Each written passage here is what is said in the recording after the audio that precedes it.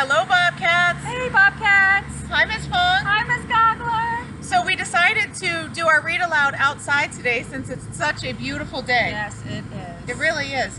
And it might be a good time for you to read a book outside today, too.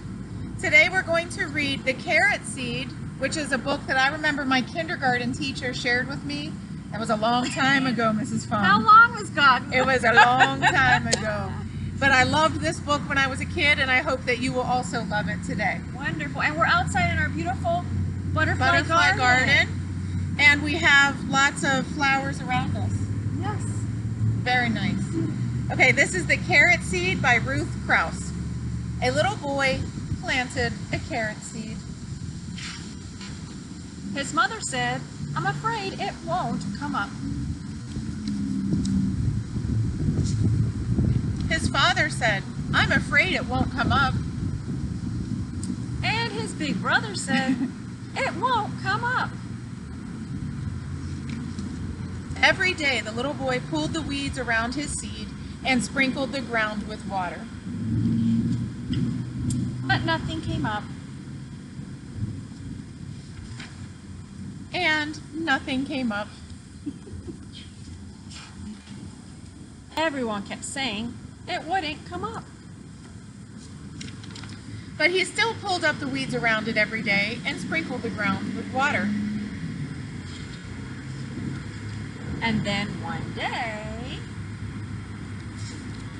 a carrot came up. Aww. Just as the little boy had known it would. So even though no one believed in his carrot seed, he still took very good care of it, and he showed everybody wrong. Yes, the carrot came up. Don't ever give up on what you want, boys exactly. And girls. And we're going to do a twofer today. 2 books on one day. This one is one of my favorites and Miss Gaugler's favorites. We gave it as a gift to the teachers, I believe, last year.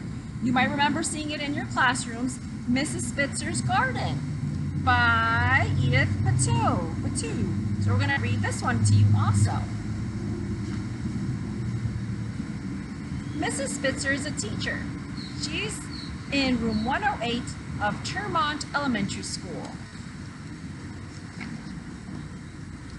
Inside room 108 are 6 tables, 4 circles, and 2 rectangles. There is a rug in one corner with real hopscotch squares and checkerboards woven in bright colors. There is also a size chart, a birthday chart, a gerbil in a cage, a housekeeping and dress-up corner, a row of 22 pegs for coats and backpacks, and in another corner, Mrs. Spitzer's desk. Just like a lot of our teachers here. Exactly. At the end of summer, Mr. Merrick, the principal, walks down the hall to Mrs. Spitzer's room and gives her a pack of seeds. Mrs. Spitzer consults her calendar and plans her daily schedule. She checks her tools. She makes sure the soil is right, light and well drained, with plenty of room for sprouting. Then Mrs. Spitzer plants the seeds. She waters them, feeds them, and makes sure they get plenty of sun. The seeds begin to sprout.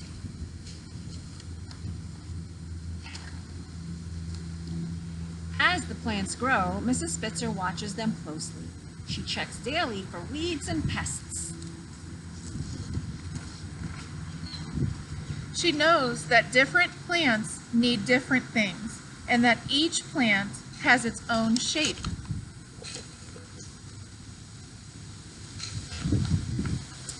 Some of the plants grow quickly, pushed upward, eager, impatient. Some grow more slowly, unfolding themselves bit by bit. Some plants sprout thin and tall. Some are bushy, wide-spreading. Some are bold, showy. They are brightly colored, saying, "Look at me!" Some are silvery and quiet, the color of the earth.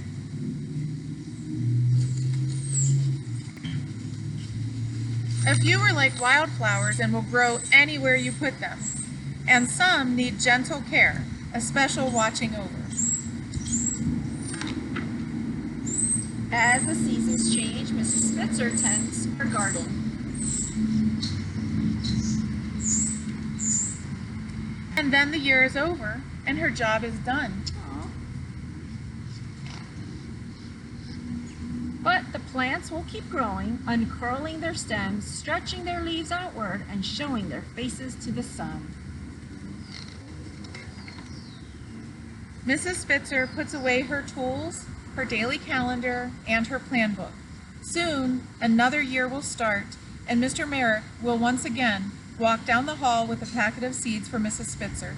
She will dust off her tools and till the soil.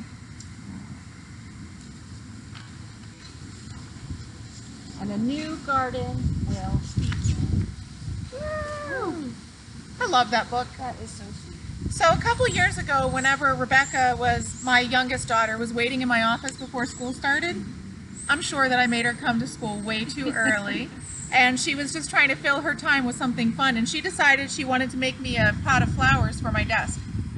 So I've always liked, this is probably one of my favorite projects that she's done, because she just started thinking about it. Mommy, you need flowers on your desk. And she sat and rolled up paper, colored it in green, and rolled it up for the stems. And then she made flowers to put on the top of each of the stems. And then I think we went to the dollar store and found this little cardboard flower pot, and she painted it in, and this has been sitting in my office ever since. So I would like to encourage each of you at home to please be creative and find something fun to do outside today, or an art project to do inside, something to give your parents and help brighten their day. And we're looking forward to seeing you as soon as we can return to school. We miss you and love you. See you tomorrow.